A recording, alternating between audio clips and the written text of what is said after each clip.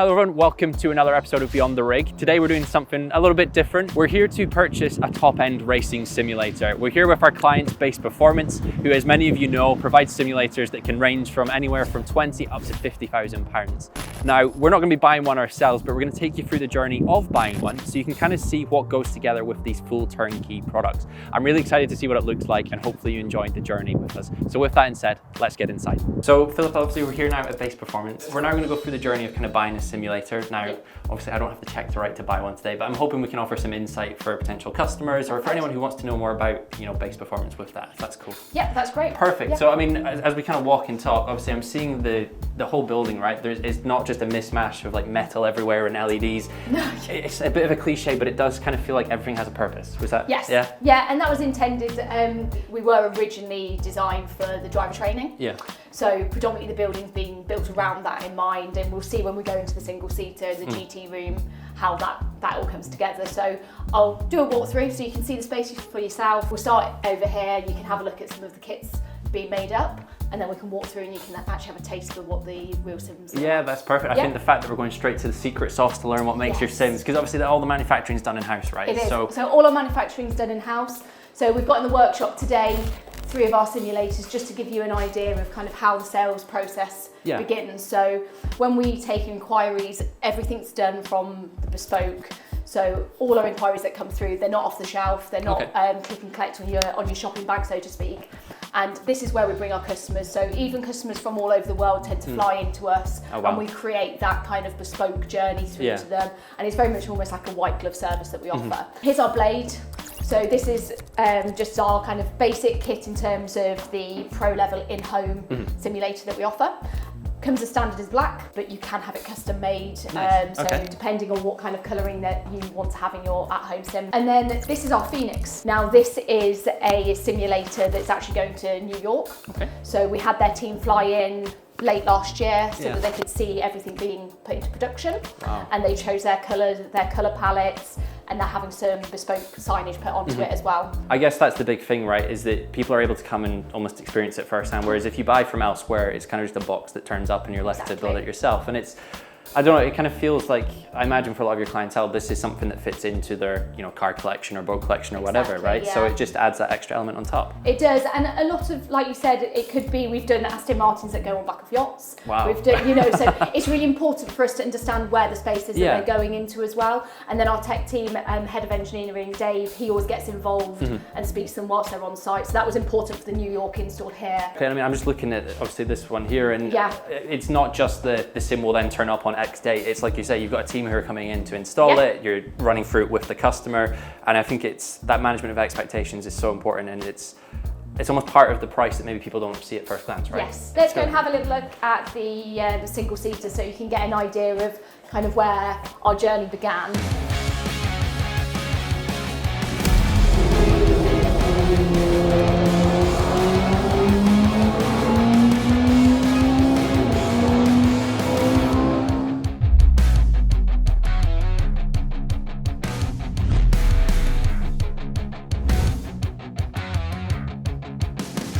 Okay, so the next stop on our tour, we've lost Philip along the way, but we found someone new. So David, how are you doing?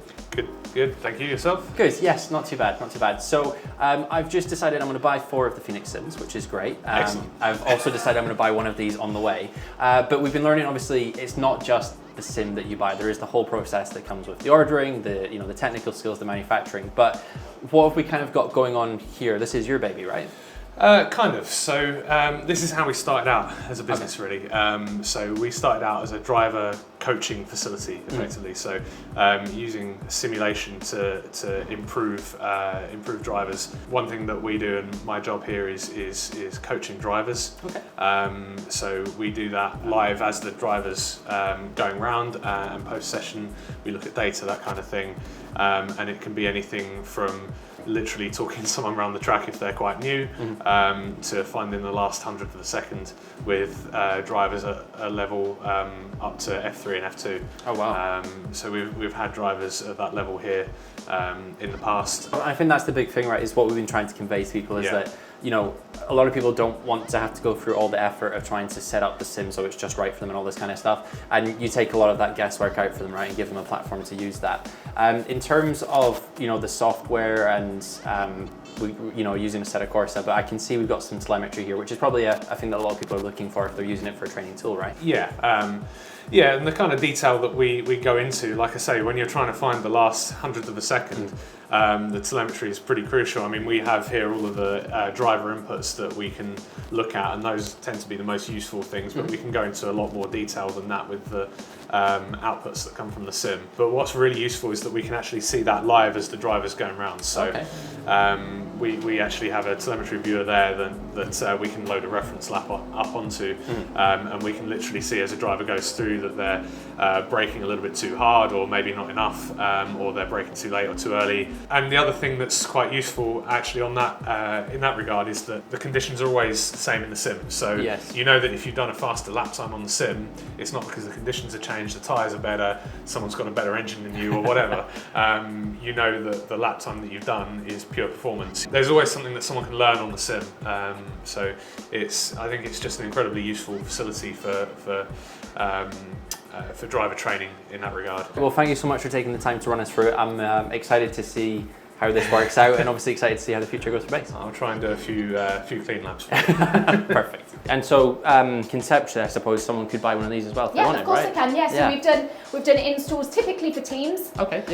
But yeah, we do have inquiries for wealthy clientele that want to have things in house. So I've turned up. I've seen the incredible sims. I've picked my colours for my sim. I've been blown away by this. What's the next step in the sales process? Like, what's happening whilst it's being built, I suppose? Yeah, so we're in constant contact with all of our customers whilst they're in the build process. Even down to, obviously, paintwork's a big thing for us. So we have our standard kind of colour set that people can pick from, but ultimately, as long as we've got a colour code, you can have whatever you like or a different livery. And I guess, you know, it's a question probably a lot of people are wondering is, we've seen shipping delays and parts delays for various brands. Are you more affected by something like this or less? We haven't been so far. Fingers crossed. So like you said, because we're made to order, we're not buying in mass.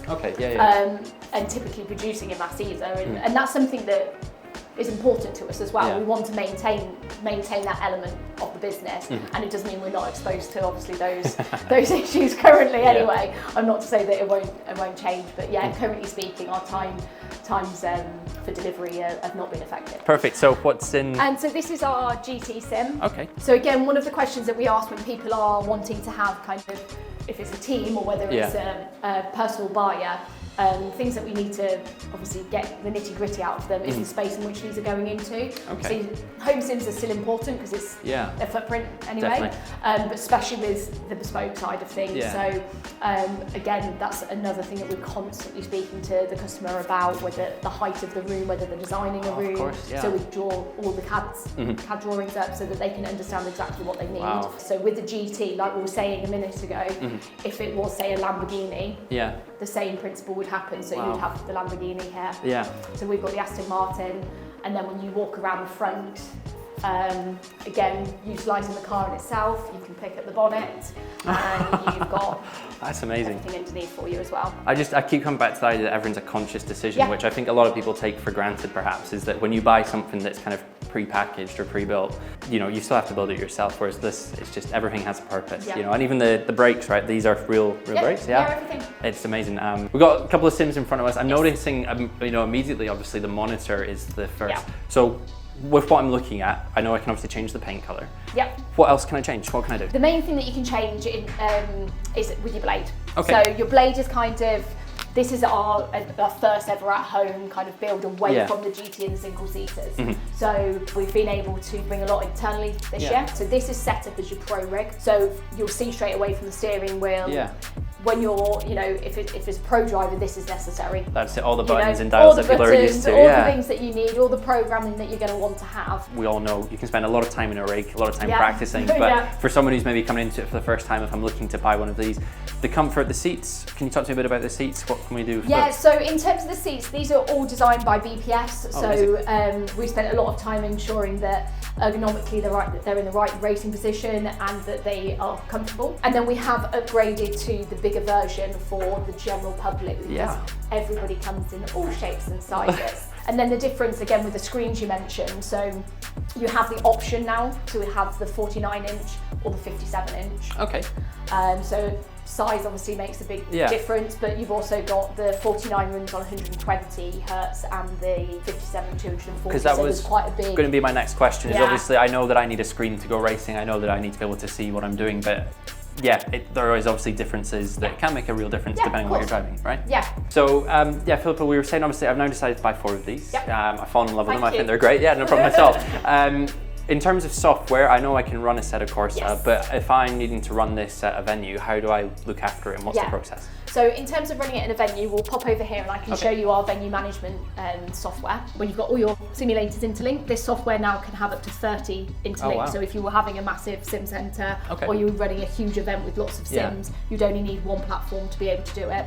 And the pods would literally appear here. Okay, nice, yeah. And the good thing about that is so easy to use in terms of you could have, say, I'm sure you're much better at driving than I am. So we'll put Josh on Pro and I could be on Easy. Yeah. So we could still play in the same race. Okay. But I'll have obviously added extras to help support me. Yours will be taken off. So I've just finished having a drive in the Phoenix simulator here, and ultimately when I look at the components that have came here, obviously these are market components that you can purchase. You know, the D-Box platforms there, the pedals, the SimuCube wheelbase are all accessible.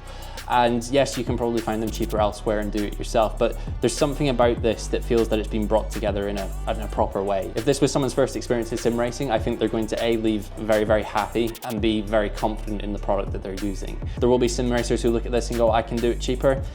Can they do it better? Arguably, I don't think they can. And I leave today just really insightful about what we've seen, the process, the meticulous detail with all the hand craftsmanship that goes on, and just very excited for the future of sim racing. So Philippa, thank you so much for the tour. My pleasure. I feel, obviously we've had the fortune of kind of working with yourselves and being here before, but I think in terms of showing people the journey and what actually goes on behind the scenes for these more higher end premium simulators that, some people aspire to buy, some people are fortunate enough to own.